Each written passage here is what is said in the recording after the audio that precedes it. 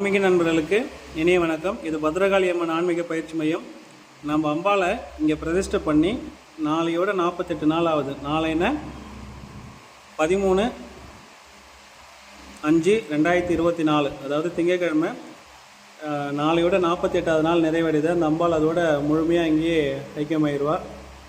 So நாளைக்கு 6 மணிக்கு, அதாவது 13/5/2024 திங்கட்கிழமை சாயந்தரம் 6 மணிக்கு கும்பம் போட்டு அம்பாளை 6 மணி அவளுக்கு அபிஷேகம் பண்ணி பூஜைகள் பண்ணி 108 அம்மன் போற்றி சொல்லி அவளை வழிபட்டு அந்த கும்பம் சாப்பாடை அந்த பிரசாதத்தை எல்லாருக்குமே நம்ம வர பக்தர்களுக்கு கொடுக்குறோம்.